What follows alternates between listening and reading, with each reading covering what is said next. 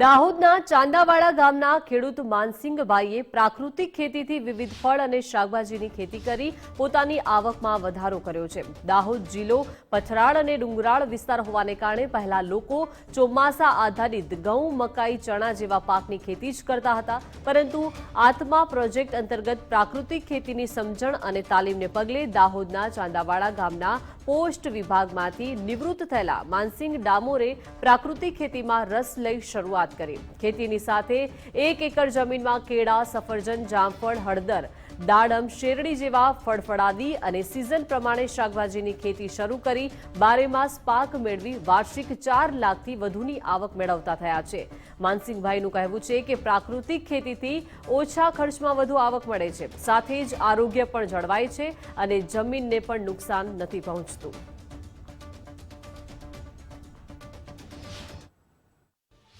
એનું જે રસાયણ ઝેર મુક્ત જે ખોરાક મળે છે એનાથી પણ આપણને સારું રહે છે, સ્વાસ્થ્ય બી સારું રહે છે। અને હું આ બધા ખેડૂતોને આના આપના માધ્યમથી એવું કહેવા માંગુ છું કે વધારે નહીં તો તમે પોતાના ઘરના ખાવા પૂરતું બી પહેલાં શરૂઆત કરો તો તમને પોતાને ખ્યાલ આવશે કે આનો ટેસ્ટ શું છે, પ્રાકૃતિક ખેતીની અંદરથી જે ઉત્પાદન મળે છે એનો, અને એનાથી આપણને કેટલો ફાયદો થાય છે, આપણી જમીનને કેટલો ફાયદો થાય છે,